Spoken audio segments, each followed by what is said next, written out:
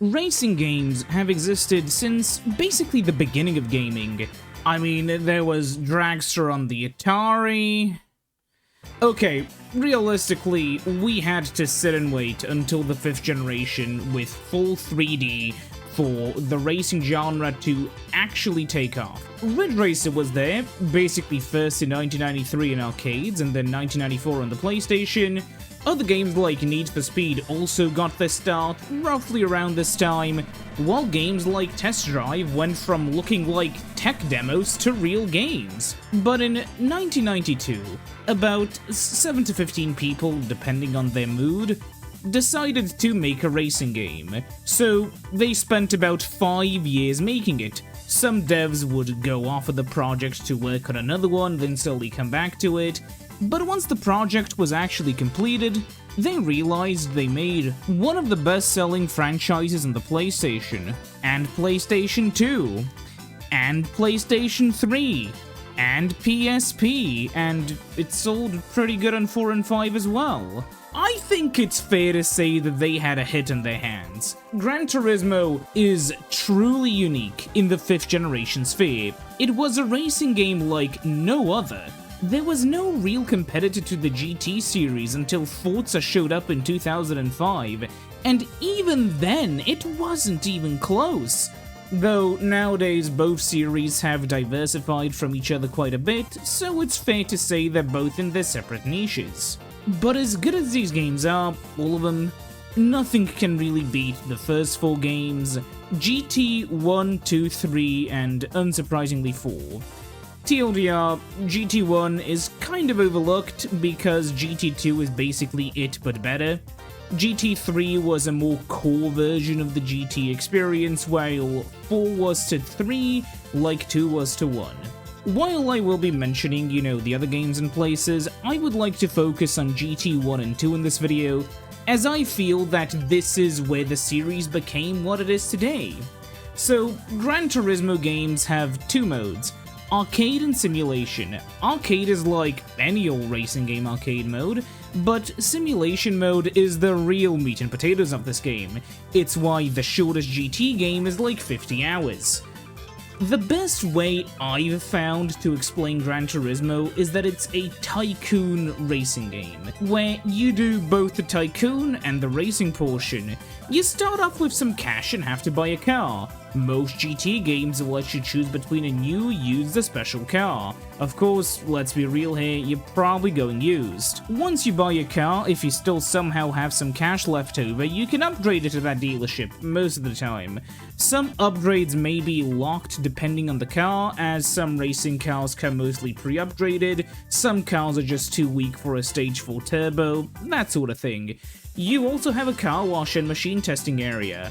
You can adjust the parts of cars or swap them between a race as well. That means adjusting your brakes, camber, springs, gear ratios, turbo boost, downforce, weight distribution, quite a lot depending on if the car supports it or not. You can also just change parts, and there are a lot of parts, but the most important ones have to be tires, because you obviously want different compounds for different scenarios.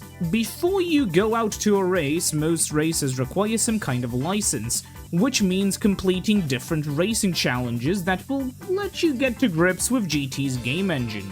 This is called the license test, and while many people hate it, I find it quite interesting. GT1 only has really like a few types of events, as it's a relatively basic game. Memory Card Battle is a 2-player race, but all the other content is single player. Every time you finish a race, you get some cash and sometimes a car. Some games only give out 1 car per event, and some let you repeat events for the cars. It really depends on the game, so Google before you sell that new car that you were just given. Also, some events may give out multiple cars and randomly choose between them, so if you're on emulator, make a save state if there's a particular car you're eyeing so you don't have to do 10 races again just to try to win a chance for a new car again. Though I am sort of half sure that some of the newer games don't give out the same car like twice and the other car 0 times, though maybe that's just gambler's fallacy, I don't know. Anyways, the GT League only has the basic Sunday Clubman GT and GT World Cup. These are going to be staples later, but now they're just the 4 cups. Time Trial is self-explanatory, Spot Race lets you race on full tracks without a license, while the special events hold the majority of the real events. There are limitations on what type of car you can use, a 60 FPS trial mode not seen in GT2, and endurance races. The first and last one of these have become staples in the franchise ever since. Another staple is the huge car count, 173 cars, and the tracks, all 11 of them, and the music, and the realistic engine noises, and physics. Nowadays, a successful game gets updates, and Gran Turismo got exactly that. It was just called Gran Turismo 2. Now, of course, you might have noticed that I haven't really gone over the graphics, or controls, or physics. I'll do that with GT2. Realistically, GT2 is very similar to GT1. Some people claim it looks slightly worse, but the only real difference between 1 and 2 is that 2's braking physics are improved. So we'll just go over everything graphical and controllable with GT2. Well, GT2 did have some bugs at release that were fixed later, and they even promised to send out replacement copies to those affected. Let's be real here, GT2 was so much better. I mean, it did review slightly lower, but that was because, we've already seen lightning in a bottle, and the second time you do it, it's very slightly less impressive. At a glance, everything is the same, though you have a bunch of wheel options at a wheel shop now, which is nice for customizability. Also, you have, almost 650 cars, 30 tracks, and some of them are rally tracks as well, and most of the tracks have a reverse mode, but the races are where the game really pops off. First of all, the GT League is now expanded. You have nationals for each nation, then 2 international leagues, then the World League, and finally, an unlockable event generator. There are way more special events too. This is where the Sunday and Clubman Cups are, along with all the other challenges that are now way further expanded than before. Sure, you have the drivetrain limitations and other limitations, but you have way more events, including GT All-Stars, touring car races, GT 300 and 500. It's all here. Rally events isn't exactly what GT is known for, but this game sure has them. Each one is just you competing against one ghost car of increasing quality, but hey, it's pretty fun, honestly. Endurance races are about what you would expect. I only finished the Seattle 100 Miles Challenge, and it took me a bit over an hour. I can't imagine doing the final one. Of course, GT4 has 24-hour races, but you can B-spec them, so it's not as much of pain as this can be. But that's not it. Almost every single manufacturer has at least one special event race. Some have like 5, maybe more. These events are all designed around the specific manufacturer, and they limit you to specific cars. Sometimes it's something cool like a GTR or a Viper, and other times it's like a midget or an AutoWorks. They're all fun still. Anyways, so how does this game handle? Well, great. It was one of the things it got right the first time. You know all of those settings you saw earlier? Well, it puts them to use.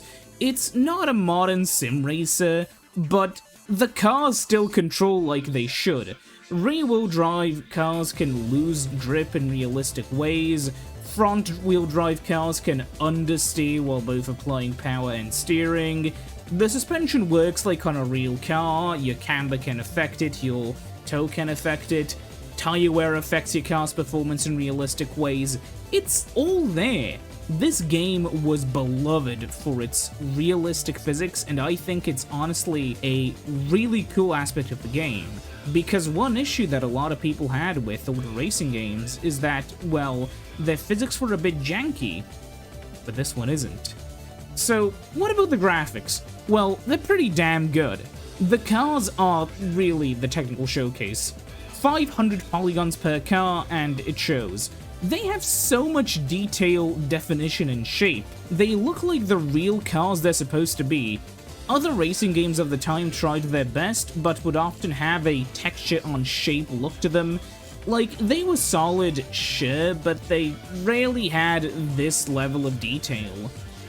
The reflections are also a great graphical touch. It's basically just a scrolling texture painted onto the car, but it looks extremely believable and high quality while in motion.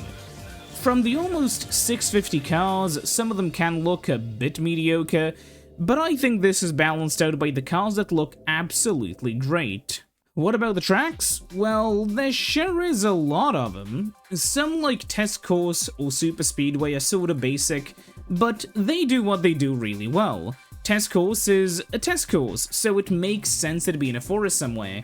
Super Speedway is meant to be a NASCAR-esque circuit, and I honestly love the overhangs and buildings that surround the track. Tahiti Road is an example of a more outdoorsy track, and it looks really nice. The trees and general greenery alongside the small buildings really give this place a Ridge Racer-esque feel, honestly. High Speed Ring is like one of the iconic GT tracks, and it's also really fine looking. Laguna Seca is also another well-known GT track, and overall it's pretty lively in terms of scenery. Little houses, big buildings, and pavilions dot the environment. It's really nice. Grand Valley is like the final open track I want to show off, and it has a ton of varied scenery. Buildings, a forest, a tunnel, the central area with the pits. It's all really memorable. Route 5, though, has to be one of the most famous tracks of Gran Turismo. The beautiful, dense night scenery, and then the amazing race down the highway section surrounded by the city skyline and bright lights. The PS1's additive blending can really shine at its best here. This is, in my opinion, the most beautiful track in the entire game. Seattle is best known for its extremely cool overpass and the awesome uphill section where you bounce up off the jumps. It's a really diverse and dense city track. Rome is best known for its history and architecture. This is well portrayed in GT as well, with a dense and diverse track. Again, but this time with some very sharp corners and a really cool Colosseum. That's like 9 tracks. There's 21 normal tracks and their reverse modes as well. Reverse mode actually has a bigger impact than you'd think because it basically changes up how you approach the entire track, and I think that a few of the tracks do lack a reverse variant, but the vast majority have one. Rally tracks are generally split into 2 categories. Everything else, in this case we have Green Forest as an example, which is, like most of the tracks, pretty varied. It's an off-road course, and give or take, this is what they look. And then you have Pikes Peak. Just like the real-life Pikes Peak, it's a huge point-to-point course styled after the one in real life, where you climb a mountain, or run down it alternatively. The bottom sections look fine, but the top sections, though simple, feel really cool to drive on considering we're supposed to be up on top of a mountain, and the beautiful blue skies really give off that effect. Now, I know I sort of sped through the tracks and I maybe didn't include your specific favorite one, but I just wanted to get across the general graphical quality of this game. But what about the cars? I mean, yeah, I said earlier they're detailed, but let me show you some of mine in more detail. Here's my Suzuki Cappuccino. It's honestly, in real life, one of my favorite cars overall. It's just so small and cute, and it's the best K car, I think, though I'm not fully sure. The Unisia Jack Skyline, 700 horses 4-wheel drive, makes this one of the better cars I've used so far. It just controls nice. The Daishin Sylvia is sorta similar-ish to it, but slower and lighter. I like it too. Now, I love the Celica's front lights, though the car is heavy in front-wheel drive, so it's not the best performer, though for any front-wheel drive challenge, it's lit. This RX-7 was actually my first fast car that I unlocked. It's kinda special because of that, but it's also just generally cool, though it can spin out a little bit. The HKSR33 Dragster GTR is a money-making machine. The game will just keep gifting it to you if you repeat the test course track after finishing all 3 tracks in the Turbocharged League in the special events. It's a fairly mindless way to grind up some cash. It's a decent car as well. The Vector W8 is a car that I didn't really drive much, but man, it is iconic. Just look at it. Similarly iconic, but hard to drive, the Speed 12. I honestly love the design. The Tommy Kaira ZZ2 is a light but fast little demon. I think I used it on the endurance race, I'm not sure. The R390 GT1 road car is also cool, but not the real deal. I've had it for a while, though I've never really driven it. The GT40 controls way better than I expected, though it still spins out a little bit more than my driving style wants it to. The Phaeton is weird as fuck, and I kind of like that. Similarly, the Concept Car LM Edition is weird as fuck, but powerful and very light. And here's the ZZ3. I forgot I had it until now. Actually, that goes for quite a few cars on the list. On an unrelated note, here's my XJ220, one of my IRL favorite cars as well, and in its full pixelated glory. Look at it! Here's a Supra. This one's a lot better than most of the ones on the street outside in real life. Here are a few of the racing cars I've barely driven. These were rewards for high-end events, but by that point I already unlocked the cars I was comfortable driving for the events, so I sadly never really gave most of these cars a fair shot. Plus, them being buried so far under all of the other mid-as-hell cars didn't really make it easy for me to find them. And quite a few of them are Skylines, interestingly enough. Between all of these cars is the R390 GT1 LM Edition. Not as fast as the GT3 version, but still a cool car. There's also the NSX, a car I really like the look of, and at the bottom of the car list, there's the Pikes Peak car I've never actually used, and my token Subaru Impreza rally car, and also this weirdo Concept GT90. Now, sadly, there's a 100 car limit, and I'm close to it. And if you want to bypass the limit, you'll have to make a new save file and a new memory card, and then you have to transfer cars by basically selling and buying them. It's a bit of a mess, but because you can transfer cars and you can transfer memory cards, it's doable. Also, have you noticed how much of this video was just replays of races? Well, they were another cool feature. It's just a shame they took up so much memory card space. Honestly, it's a shame we never got larger PS1 memory cards. I mean, third-party ones existed and you could swap pages on them like on a floppy drive emulator, but a real solution would have just been so much nicer. So, what made Gran Turismo so untouchable? Well, here's the thing. The Saturn was basically dead when this thing came out, December of 97 for GT1, or May 98 in the West, and December of 99 for GT2, and January 2000 in Europe. So, look, around the GT1's release, only the N64 and PS1 mattered in the console space, and they basically didn't have that much in the realistic racing game scene. The closest the PlayStation had was like Test Drive 4, which was okay, Colin McRae Rally, which was great but a rally game, Need for Speed, which was fun but nowhere near as complex, Taka 1, which was a touring car championship thing, also really fun but not in the same niche. The N64 had even less stuff. It had like, what? Automobili Lamborghini, which was made by the guys who made Superman 64, MRC Multi-Racing Championship, Top Gear Rally that was also kind of, maybe that's why GT1 was such a breath of fresh air. Right, well, what about GT2? Well, on the PlayStation 1 side, there was a lot more stuff. Taka 2 was more fun than the last one, the newer test drives and Need for Speeds were also better than the previous ones, though they lacked the huge variety of cars and tracks. V-Rally 2 was really fun, and this time actually I'd say competed or beat GT2 in the rally mode, and it also lets you design custom tracks and has a crazy amount of courses and stuff. Racing Lagoon was this Japanese exclusive Squaresoft racing RPG, but it had kind of a simplistic handling model and a real story and progression. It's really interesting, honestly, and it has a translation patch.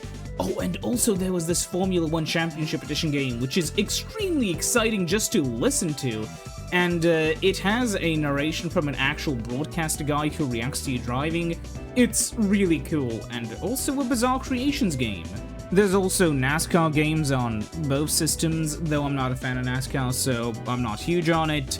On the N64, there were two F1 games, F1 World Grand Prix 1 and 2. They were actually pretty solid. GT64 Championship Edition was hot garbage, Top Gear Overdrive, which was also kinda bad, and Top Gear Rally 2, which was... But from the developers of Top Gear Rally, which I said was kinda shit, we got World Driver Championship, and now this is the part of the video where I pull my mask off to reveal this entire thing was a ploy, a trap, or a bamboozle just to beat this game into the ground. That's a joke, by the way, but let me explain. So, World Driver Championship was the closest the N64 got to having a Gran Turismo. It was the best non-arcadey racer on the system, which isn't a high bar, but here's the thing, it was the closest thing to it. Granted, you still had the more arcadey tournaments and you progressed via XP, not money, so according to people who don't know what they're talking about, this game is more of an RPG than Zelda, but half jokes aside, let's compare it a little bit to GT2. First of all, how many tracks does it have? Well, 10. But with 3 variations on each, so 30, and reverse tracks, so like 60. As you may remember, GT2 has like 30 tracks, and they have like reverse modes as well, so they're pretty comparable. So what about the cars? Well, we have almost 650 on the GT2 front, and 15 cars on the World Driver Championship front. Now, there were some variations on the car colors, but like, still this is pathetic. And if you're wondering, yeah, this was on a 16 megabyte cartridge. This was also why the sounds and music are a travesty compared to GT2.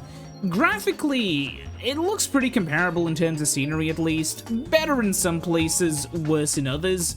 The N64's muddier graphics made some stuff look a little bit better because it was obscured, though the textures themselves weren't particularly high-res. The real power of GT2, though, comes with just how high quality the car models look. Not only are they at a high texture resolution, but they're made up of more polygons and so have a lot more detail. Now here's something interesting. GT1 had a 60 FPS mode that lets you drive alone. That's because their advanced physics system was the thing that was taxing on the PS1 CPU. There are 8 vehicles in World Driver Championship instead of 6, but the physics are simplified. Or boatified, basically. They handle like boats, not cars. Compared to the snappy and responsive steering of many GT cars, World Driver Championship just feels so off to play. And that's the thing, even if World Driver Championship had better graphics, it controls in an awful and unfun way, and if it's not fun, why bother? I get that you're supposed to quote-unquote learn the controls, but they're just unresponsive and unfun to deal with. It's like, this isn't what cars are supposed to feel like, and they drive way slower than the speedo might tell you to. It's like you're driving through molasses. And yeah, I could eventually get used to it, but that doesn't mean I would prefer it to the GT model. Realistically, if GT had a simplified handling system, I mean, holy shit, it could look fucking great, but no, they instead focused on actually making the game control nice, but yeah.